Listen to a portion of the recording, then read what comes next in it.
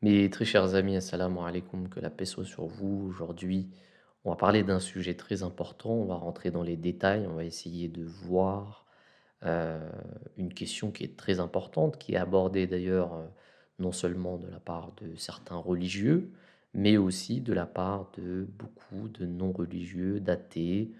Euh, c'est une objection qui est souvent lancée sur l'islam, à savoir l'âge de Aïcha radiyallahu anha, qui était la femme du prophète Mohammed sallallahu alayhi wa sallam, son épouse.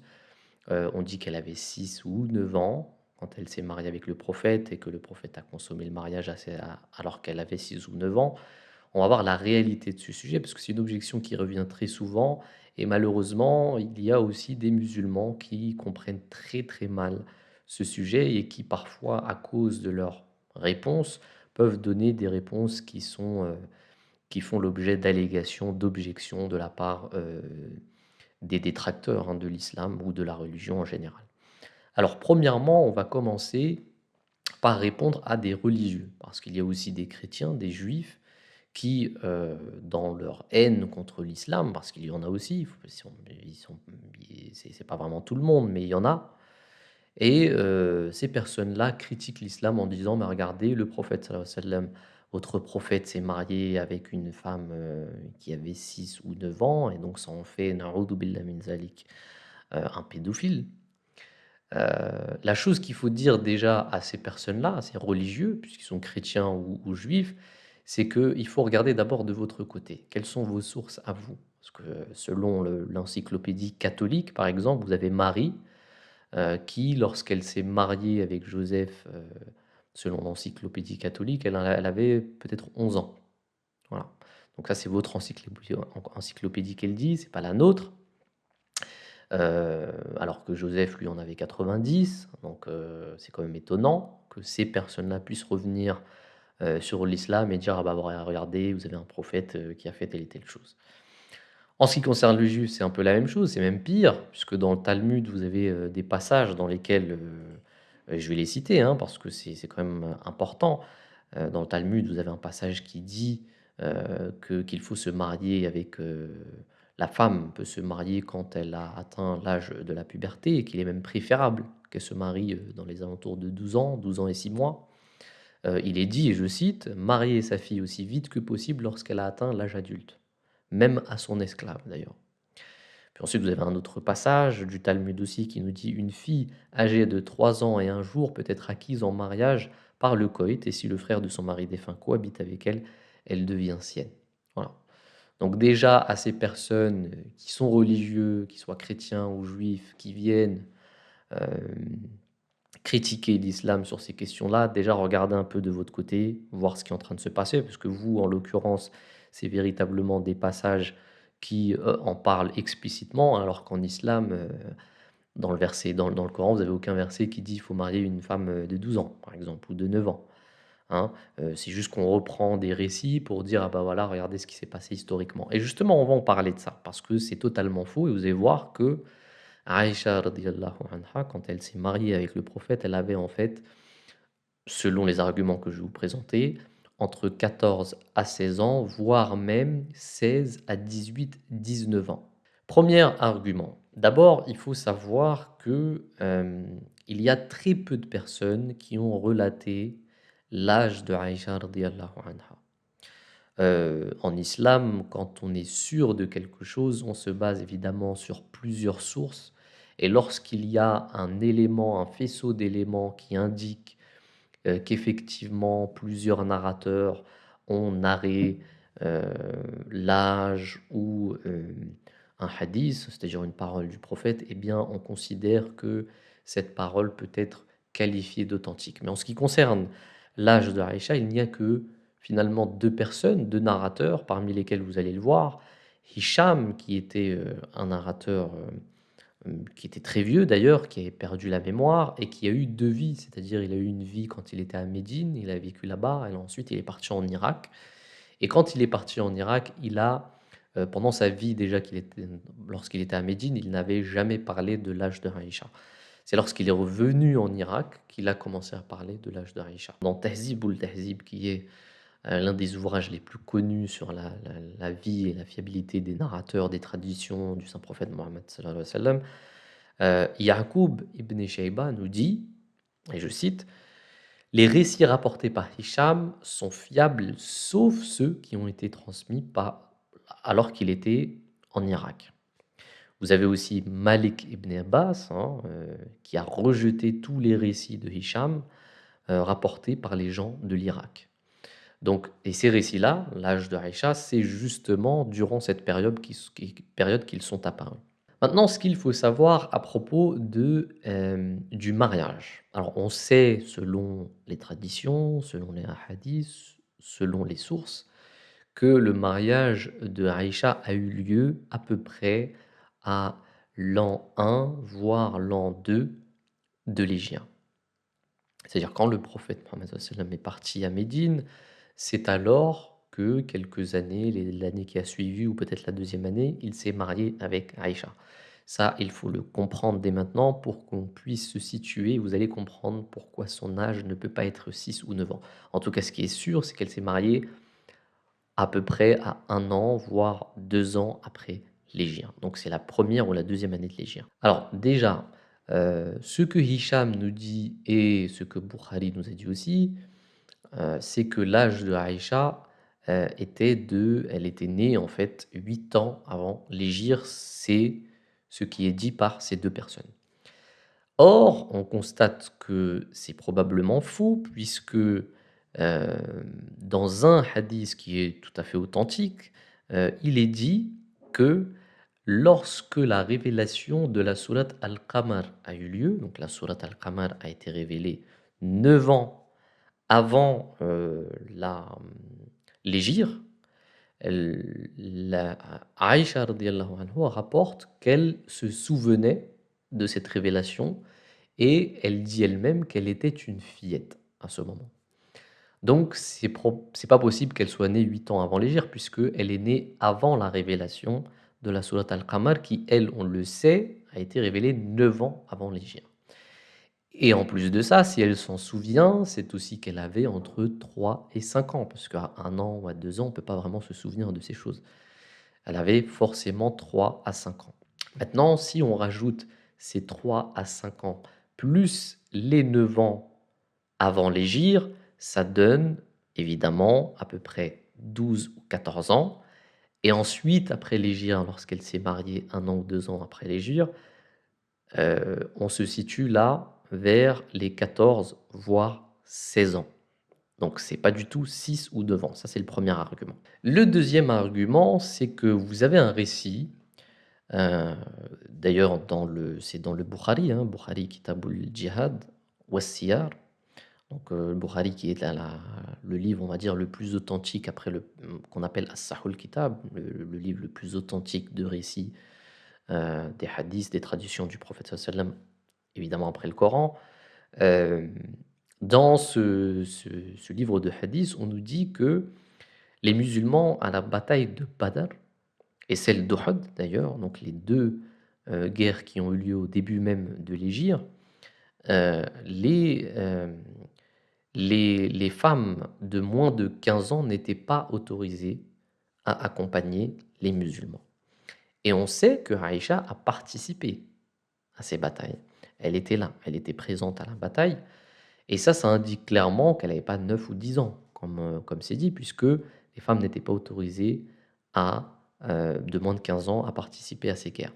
Et d'ailleurs ces guerres ont eu lieu avant le mariage de Aïcha, ce qui veut dire qu'elle avait au moins 15 ans et que quand ils se sont mariés, elle avait au moins 16 ans.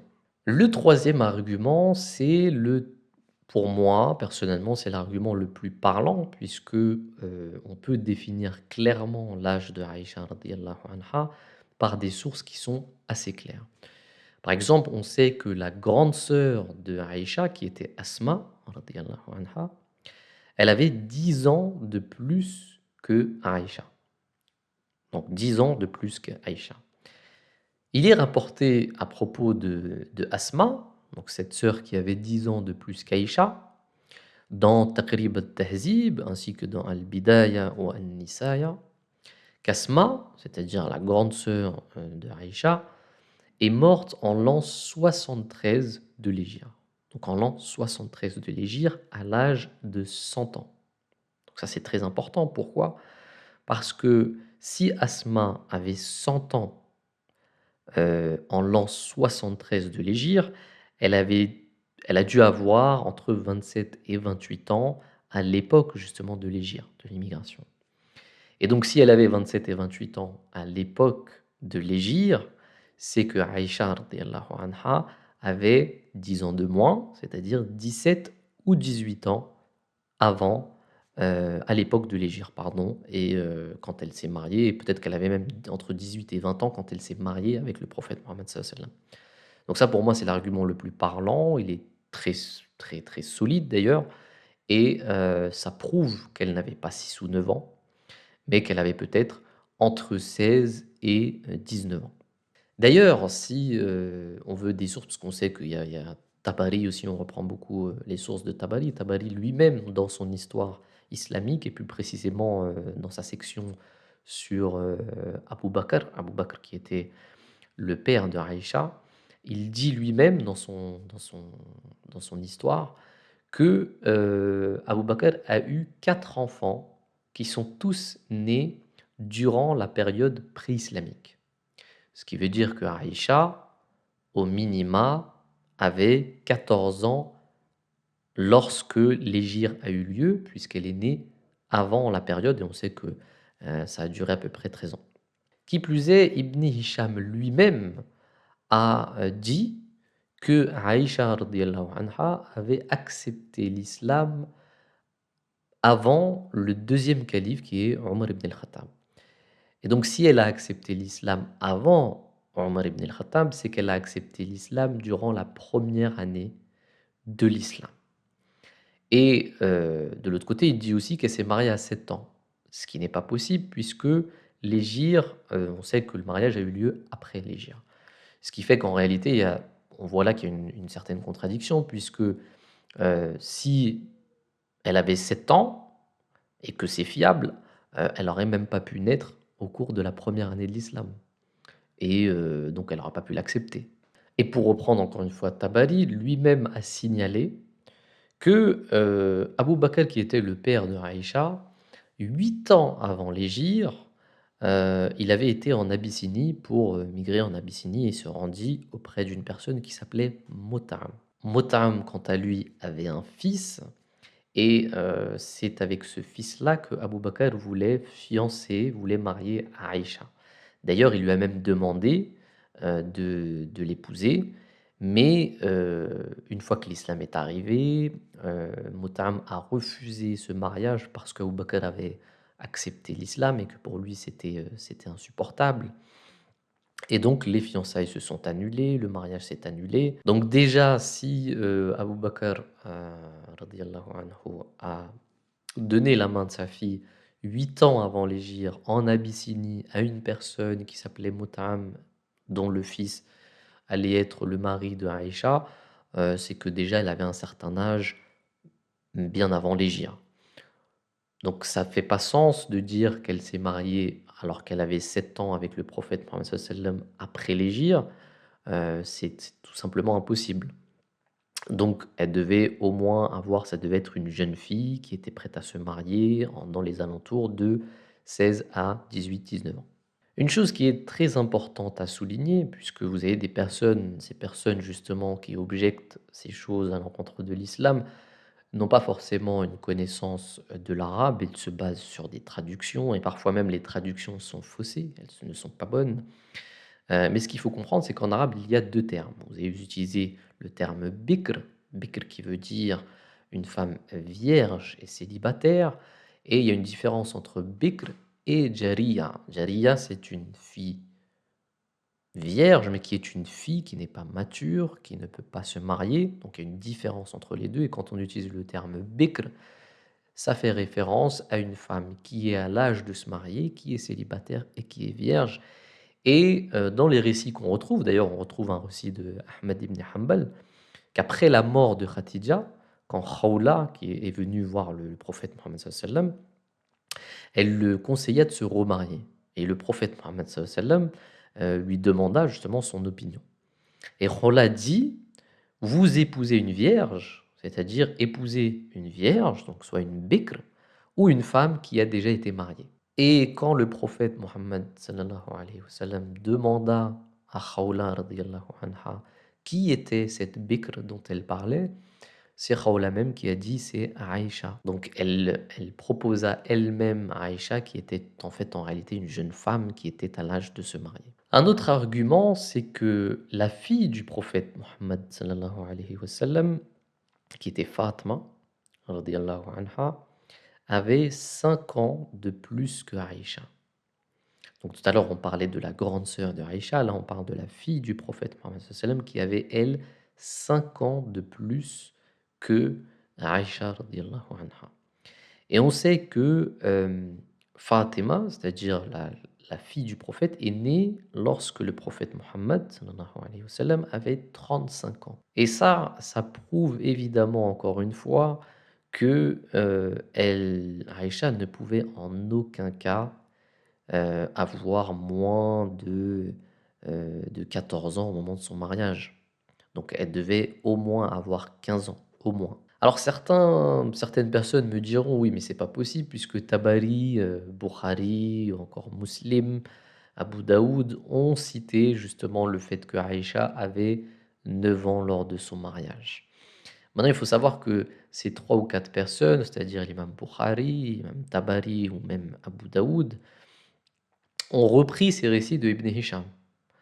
Et Ibn Hisham, à l'époque où il était en Irak, il a émis des idées qui ont été reprises du peuple irakien, qui n'étaient pas fiables du tout, comme le dit beaucoup d'érudits comme Imam Malik, qui disent que il ne les avait pas citées alors qu'il était avant à Médine, et c'est quand il est arrivé en Irak qu'il a commencé à dire de telles choses, et qu'elles ne sont pas fiables du tout, que sa mémoire lui faisait défaut aussi à cette époque, et qu'il faut tout simplement les rejeter.